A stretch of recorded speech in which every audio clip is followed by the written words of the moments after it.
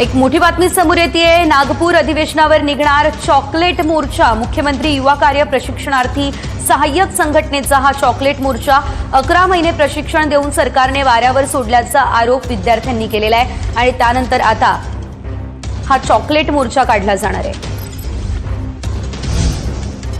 या संदर्भात अधिकचे अपडेट आमचे प्रतिनिधी स्वप्नील उमप यांच्याकडून घेऊया। स्वप्नील, आपण पाहतोय हा चॉकलेट मोर्चा काढला जाणार आहे, नेमक्या मागण्या काय आहेत?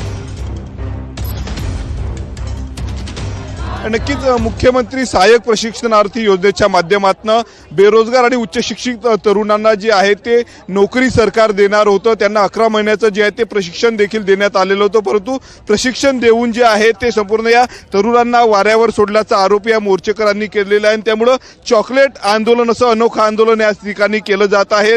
हातात चॉकलेट घेऊन जे आहे ते हे तरुण या ठिकाणी आंदोलन करते। कोणी जर पाहिलं तर गळ्यामध्ये चॉकलेटच्या माळा घालून देखील या आंदोलनामध्ये सहभागी झालेले आहेत।